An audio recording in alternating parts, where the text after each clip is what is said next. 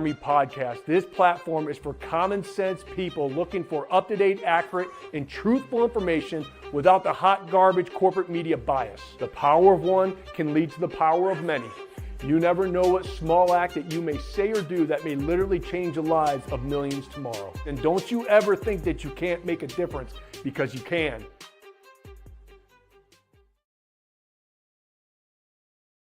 Good morning, my fellow Michiganders. Good morning, my fellow Americans. Welcome to the Grassroots Army podcast. I am, of course, your host, Gary Soldano, and who I have here with me today is Marian Sheridan, and she is going to inform us of a grassroots coalition to help secure our elections in 2026 in the state of Michigan, which we all can agree is very important. So welcome to the show, Marian. Thank you. Nice to see you, Garrett. It's good to see you. Yeah. So, this is, we're all just still enjoying, and it's like we have 4 years of enjoyment, don't we, off of this incredible election. And I have to admit that I was given Michigan probably a 5 or a 10% chance of winning the election. Just being involved, it's like, one of my issues that I'm probably mostly involved in is election integrity, because I've always felt like, you know what, if you can't trust your elections, if we don't have fair elections, really nothing else we care about matters. It doesn't matter if you're, pro-life or, it's like if we can't depend that the people that we work to get elected actually have a fair shot at getting elected, none of it matters, right? Yeah, you're exactly right. And that's why, I think election integrity is still very important, especially to Republicans. And we talked just earlier with each other about, the insanity that's going on with the Democrat Party. And they continue just to double down on these radical left policies. And to watch them just kind of freak out with what's Elon Musk and Doge is doing is just really bringing a light to all the waste in governmental spending. And I made this comment on my live yesterday. If you just take Republicans and Democrats out of the room, whether you support President Trump or you support Kamala, who cares? Let's all come to the table and let's all sit down and talk. And I think the majority of Americans would say, you know what? Yeah, we should cut down on our wasteful spending. We should do some forensic audits, and we should find out where our hard-earned tax-paying dollars are going. And just the opposite is happening with these Democrats right now. You're seeing them call for violence and we have to attack in the streets. And these aren't just like the crazy radical left. These are like the leaders of the Democrat Party that are calling for this stuff. And we talked about this. Like, if we just stay true to who we are as Republicans, the party of the Constitution, the party of family values, the party of common sense, fiscal conservatism, we win, bottom line. But to the point that you just made, if we don't secure our elections, none of that matters. Yeah, right. We see how, we see their reaction to just some of the Trump policies. If we think for 1 minute, like, oh, we had a fairly clean election, which I'm not too sure of, we know they're rebuilding and they're re-scheming, so it's like we cannot let down our guard on election integrity because it's just too important. And saying that, I don't want to say that in my story, you're going to hear that I was very involved in get out the vote effort. I was setting up phone banks across the state into districts that we narrowly lost in 2022. We lost by anywhere from 700 to 1,200 votes. So I was setting up substantially large phone banks to call into I was really involved with the special elections that we had in the Metro Detroit area with phone banks and setting, doing mailings into those districts. So that, there's great organizations that came into Michigan, like Turning Point, that was really working heavily on get out the vote. So when this situation, this crisis arose, I felt that, you know what, I've worked in this area before. I can help with this, even though there were quite a few grassroots leaders that thought, we're done. There's nothing we can do. There's not enough time. So this is essentially what happened. And I'm going to give a little bit of background on that, but first I'm going to get to what the crisis was. In August of last year, it became known when Detroit released numbers that only 1 in 10 election workers in Detroit were Republicans. Now, the RNC had hired people early in the year to recruit people for this position. So they had many months, like 8 months, to fulfill this. And, it just didn't happen. So it comes out that 1 in 10 election workers for the Detroit primary are Republicans. Then PIME, which is Pure Integrity Michigan Elections, actually looked at the numbers more closely and found out that 1 in 3 were actually Democrats who were registered or were under the Republican title. So that brought us down to probably about 7% of the election workers. Now, Detroit hires approximately 3,000. So it was like a fire alarm. Like, what do we do? Do we I want to break that down. That's an astronomical number on the Democrat side, and obviously a very important county. Running for governor, watching what happens in Wayne County, correct? Yeah. I mean, they always say this is specifically for Detroit and Detroit's clerk. Wow. Yeah. So, they counted about, for the presidential election, I think 134,000 absentee ballots. So our main concern, my main concern has always been Huntington. It used to be TCF. Before that, it was Cobo Hall. But it's always been the absentee counting boards, because it was something that I could organize people to work at the counting board, but I usually did poll challengers and trained poll challenger. So this was a little bit different, because when you recruit people to work as election workers, they're now an employee of Detroit, and Detroit does the training, Detroit does the hiring, and that provides a big obstacle because Detroit doesn't want to hire them. They have their own people, and they've already hired all of these people, especially by August. But we pushed back on the fact that state law requires them to do parity, 50-50, as long as they have the people that apply. So, we're off to the races. I organized teams of people that we called through lists. And, some of these lists are my own lists, because from past recruiting efforts, I have 1,500 people on a list. So we texted, we called, we emailed, and we worked several times a week. People took work home even. And throughout those 8 weeks, we ended up with 1,200 people that were interested. We had over 500 people actually apply and get hired. Now, that's not an easy feat, because Detroit does not want to hire you.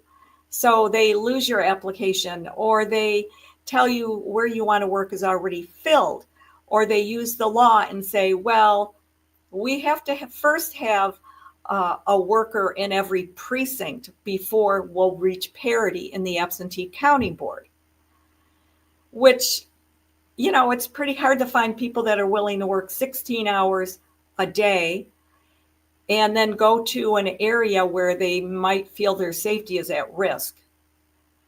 But, that's why these people who stepped up, we end up getting about 530 people hired.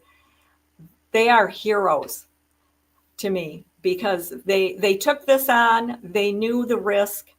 They knew they were uncomfortable, and they did it anyway for the sake of having safe and secure elections for this country. You said 530 out of how many? Like total? That applied? Yeah, so we had 530 out of what's the total amount of people, Democrat and Republican, Oh, supposedly well, working? they hire about 3,000. So we only had 500. Yeah, about, yeah, a little over 600. Talking about having the stack decked against But you yes, but it was a lot better than 200, before. Yeah, absolutely. you know? So that was in August of this past year. Yes. So we had enough people to have a person in every, there's 502 precincts in Detroit. God, God bless those people. So we had at least one Republican in every precinct. And then we had one Republican in TCF. There's 52 counting boards. And we had a Republican seated in the counting board at 52. Now we didn't have parity. Parity would have been like 104. But And you we at said it's least, the law that it should be half if enough yeah, people apply. yes, yes, Okay. So yeah, that's why you're starting early now, not waiting. yes, Like you're putting this message out, and that's why you've come on the show yes, today, is to mobilize and activate what I feel is Michigan and America's greatest asset is we the people to yeah, get involved and to point this out. So many times over the past 5 years, we see a lot of social media yelling. Okay. A lot of people are very loud and they want to come on and they want to say, the election was stolen, but they never bring a solution. Hey, they're going to steal the election again, but they never volunteer. This is time to activate if you want to get involved. Instead of coming on social media and constantly complaining about it, why don't you be a part of the solution? Correct? right, right. Well, and we know things that we actually learned in 2022 that unfortunately the RNC totally ignored these really basic things for 2024. And the first is that we need to have our applications. The best chance of getting people hired is to have their application in by May 15th. Of this So, year. well, of any year, but for me, I'm pushing for May 15th of this year so that, and the reason why is once those people are in Detroit's system, they have a much, much higher chance of then getting elected or being placed for the primary and then for the November election. And then they'll be contacted. They actually are contacted then in future elections. So once they get their foot in the door, it's a much easier process. And there isn't all this, you got to come down for training. Oh, your training got canceled. Oh, we want you to come back for new training. I mean, what people put up with was, it was abuse.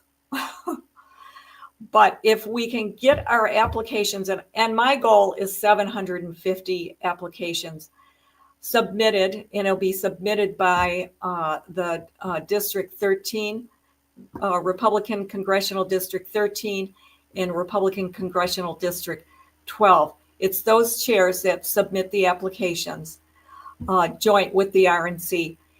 And then Detroit's pretty much obligated to hire them.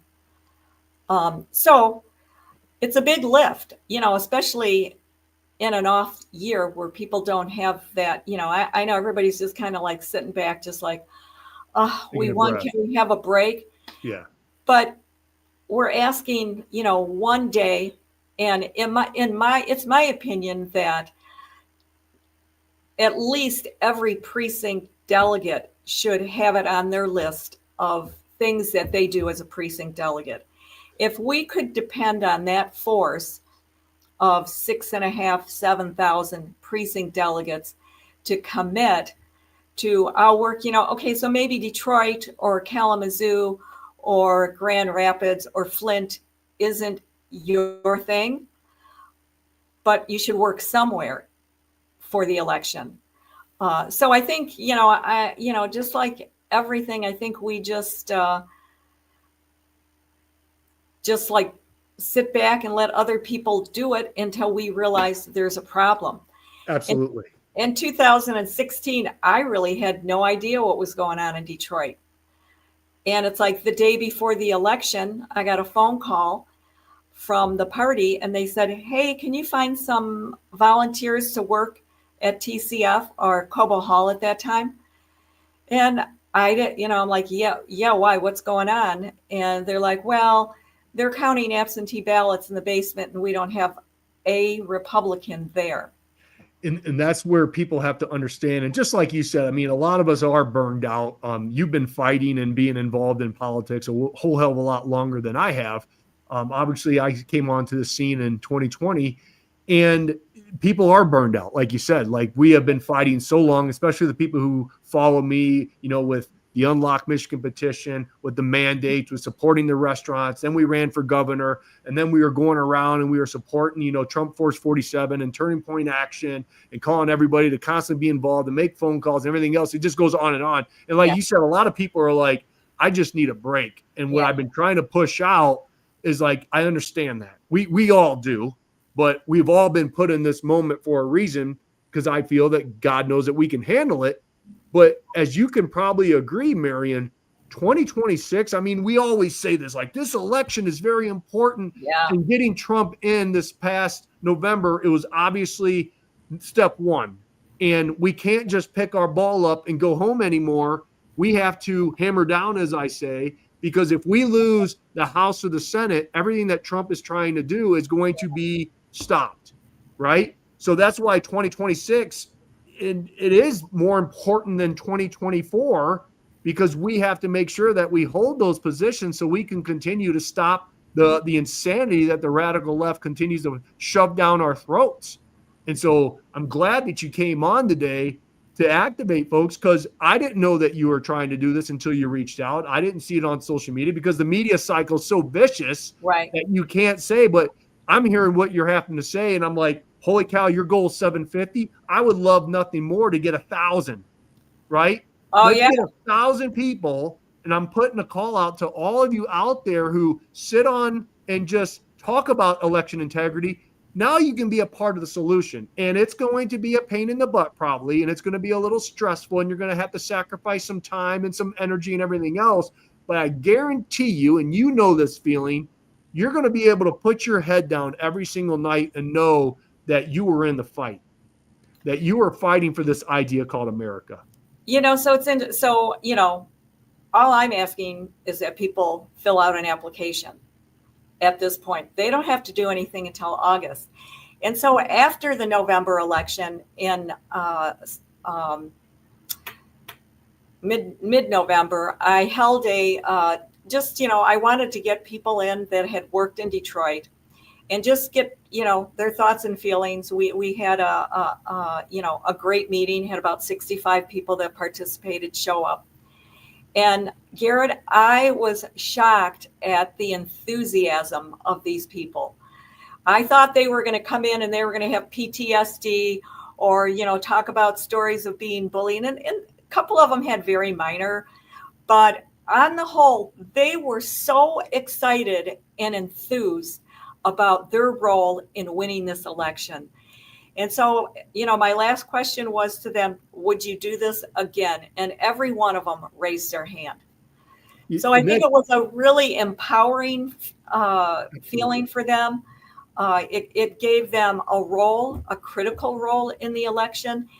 And for those that worked at Huntington Place at the county board, I genuinely believe that they stopped shenanigans that would have happened if they hadn't been there.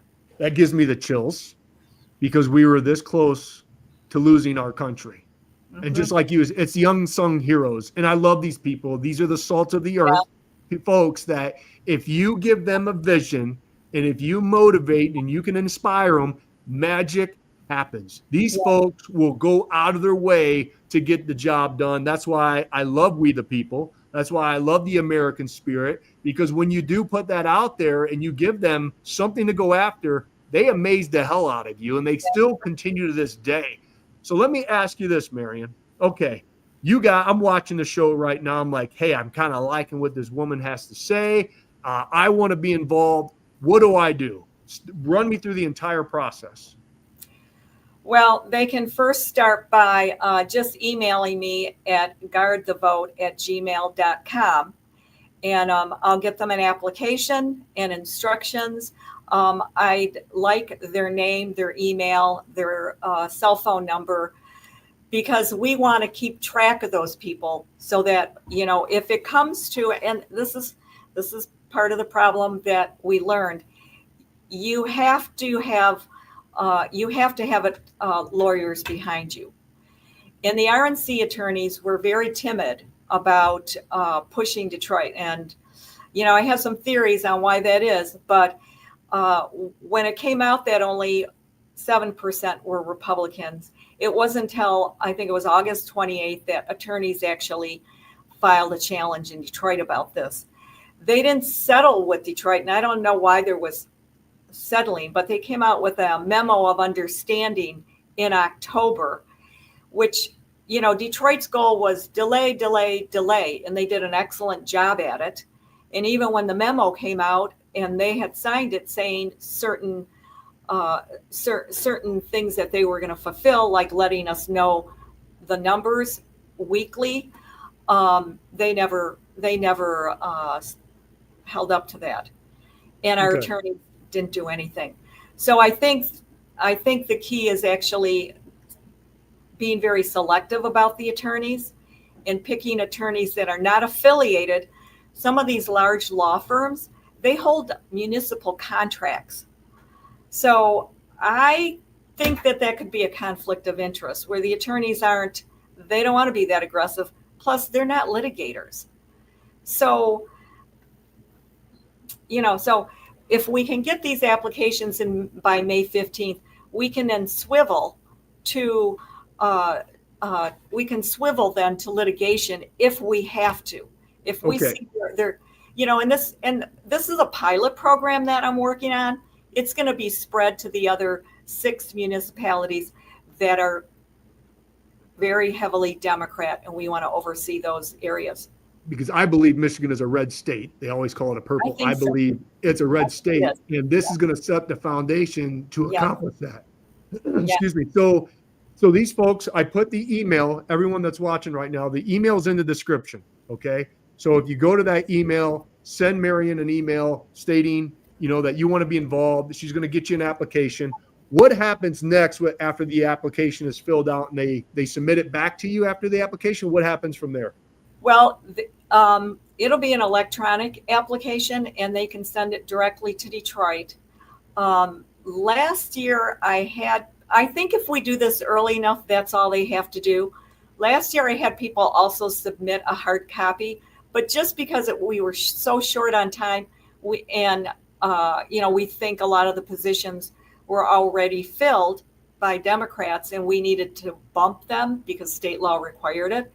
So we sent it 2 ways, but I don't think that's necessary. So I think that we're just going to send it electronically, and then their information will be entered into a database that we have so that we can track these people and make sure, it's like I held weekly Zooms with everyone that applied to make sure that they were getting their applications in, answering their questions. You just can't collect someone's name and submit it and think that's the end of the process. So we will be with them through the entire process. Man, number one, thank you for doing this. I had no idea that this was going on behind the scenes. Thank you, because I know how much time that it takes on your end to even organize something as monumental as this. So thank you so much for doing this. What's next then after we get these applications in and you submit them? What's the next step? Detroit should be contacting them, and we want to know, did you get contacted by Detroit? And they will set them up for, I think it's like a 2.5-hour training that they'll need to take. And then they will assign them to either a precinct or an absentee counting board. On the application, you can specify where you'd like to work. We'll just have to see, if Detroit honors that or not. And then if they don't, then we can start holding them accountable, right? Because we're going to have all these folks in there. Yes, and we'll do it early enough that we, it's like that. We know if they're messing with us. It's like, okay, you can do it. We can do it the easy way, where you just follow state law, or you can do it the hard way, where we have to send in the attorneys. unbelievable. Yeah. Man, this is so huge. I mean, everyone that's watching out there, if you want to be involved, if you want to be a part of the solution, and I always say, if you want to live for a cause bigger than self, it's called America, and that's passion, Yeah. right? Email Marian. Okay, let's get that application. Let's help her fulfill that goal. Let's go for 1,000.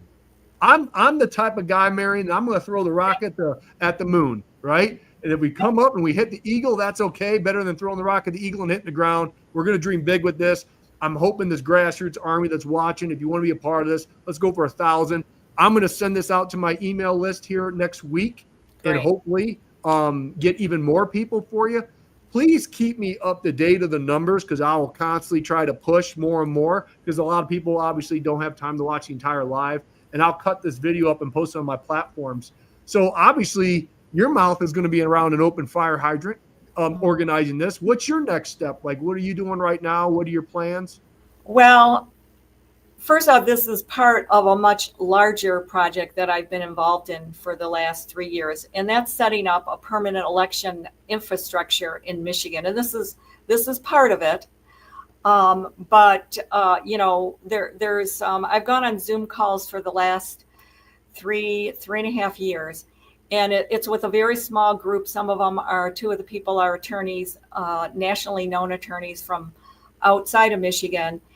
And, you know, it's like we've worked on this project. Matt Seifrei was very involved in the 2022 election, and he did a ton of research on exactly how Democrat dollars or progressive NGO dollars coming into Michigan were spent and how we were outspent. And we were massively outspent. And it's a way that they win elections that we don't. And it's like, if we want to be competitive, we have to change the way we do things, the way we think, and we have to look out of state for funding. What's the point of someone in California, a multimillionaire or billionaire in California, donating to the California Democrat Party? There really is no point in that. And they don't. Their dollars come to NGOs in Michigan. Yeah. In order to take Michigan. Yep. And they're very strategic. They're very smart. Yes. And so they collect donations from the progressive or the Democrat states, and they pour it into the swing states. Yep.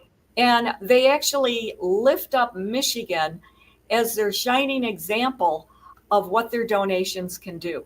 Absolutely. You know, they can take a red state and, you know, and this is all laid out. And I don't know if you've ever read the Colorado Project. Yeah. And they're very smart. And that's why we talked about, even in the last election cycle, we had to swamp the vote. Yeah. And everybody was screaming, no, it's going to be stolen and everything else. Like, we have to overwhelm it so much that they can't. And it worked. And all those people that were kicking and screaming during the last cycle and how that wasn't going to work, and we're not focused on securing our elections. And we said time and time again, you have to win. You have to win to secure your elections. And we did that, number one, by swamping the vote. Number two, we can make very lasting change by supporting your coalition to secure our vote. That's another step, but we have to win up and down the ticket. And we do that. It's a stepping stone. And then we get good people in, and guess what? We can start changing the election process and doing the common sense things that Republicans want. But it's not going to be just all done. We have to be very strategic because, like we said time and time again, we do not want them to California or Michigan. That's for damn sure. Yeah, for sure. You know, so that's very small. About one of the other things that I'm working on, I work with attorneys. We actually have a lawsuit we're trying to overturn Prop 2 in Michigan because it's a usurpation lawsuit because legislators are the only ones that can change election law. They determine the time, place, and manner of elections. It's in our U.S. Constitution. It's in our state constitution. So why is it that we changed election law, by a ballot initiative. Yeah. So that's being challenged. Hopefully, we'll get that to the Supreme Court to take a look at. And these are things that you've been working on as the Grassroots chair? Yeah, it's a little bit kind of like a side project, but it's like I've held Grassroots chair for 6 years, and you just accumulate so many great contacts. That's why it's like I had to step up with this project with the election workers, because I'm like, I know I have the background for it, I know I have the connections for it. It's something that I think that I can help with and pull off. So I think even with our history, Marian, I remember you being around during 2020 fighting. I And think that holds weight with me, by the way, as you are well aware of. Is like, what did you do? Did you stay in the shadows? But you were out there. You were circulating the Unlock Michigan petition, getting signatures for that. Yeah. Well, and as you know, or maybe this is a reminder of, I'm a 2020 Trump elector. So, it's kind of hard when you're trying to be active and you have your attorney saying like, okay, you can't be out there. So I did that for about 6 or 7 months. I run a very large tea party, Garrett. I still run that monthly. Yep. And I would set up this whole meeting, but yet I would have a guest host come in and run that meeting because I was too concerned about being out there. But once I went through the preliminary exam, it's like it's like, of course, we all know that there was no intent, and that's what the whole case is hinged on. So I started getting bold again and getting out there because it's ridiculous what their charges are. And Marian, you were viciously attacked. I saw it. I witnessed it. Yeah. I mean, you were, along with the other ones too, and you weathered the storm. Which, again, being a Grassroots chair, like, you got armor. I mean, Garrett, it was so exciting though. So I got elected in 2024 as Trump elector again. And it was, the honor of my life to serve in that position. And like I say, I was pretty doubtful that Trump would take Michigan. I thought he would win, but I just didn't know about Michigan. So to actually have that come true and be able to serve in that role as, not as an alternate, was really exciting. It was really cool. And that's simply amazing. And Yeah. you can put your head down every night knowing what you did and what you continue to do. I thank you so much. You guys have a pretty important convention coming up here in the next couple of weeks. Can you fill us in with what's going on with that? Yeah, we do. We have the chair race, and we're now down to 3 candidates. We have Jim Runstead, Joe Sella, and Michonne Maddock are running for the chair. And then we have the vice chair races. And, I am running for Grassroots vice chair again. I think that, I have this project to work on and the permanent infrastructure project. I anticipate that we can have a ballot initiative, some great ballot initiatives. Like you say, Unlock was a big one. I worked a lot with Secure My Vote. Yep.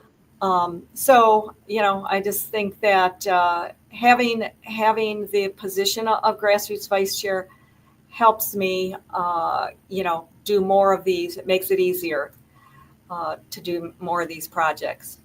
Especially going around for this next election cycle is, number one, energizing everyone, because it's not a presidential election. I mean, that's going to be critical to get people to vote.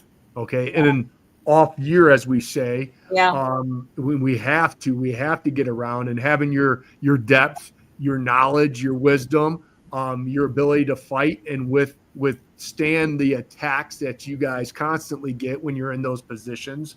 That's what we need, because in 2026, I mean, we can really change the pathway of Michigan. And like and I know, and most people that are watching, we believe that Michigan should be the powerhouse of this nation. We should be leading the charge. Our state should be blazing the trail for other states to say, holy cow, what are they doing in Michigan with education, with tourism, with energy, with the economy, with everything else that we have to offer? We just need the right leadership. We need the right unity. And if we do that, magic can happen. Yeah. I'm going to give you this last 30 seconds, young lady. What would you like to say to everybody watching? Well, I just think, we have learned so much from 2024, and we know so much better how to mobilize that underperforming voters and get them out. And more, we're learning that we can't just depend on the RNC and the MRP. We need them, and of course, we need them to be strong and functioning. But we also have to embrace grassroots organizations, because they can really make the difference. And so we need to work together.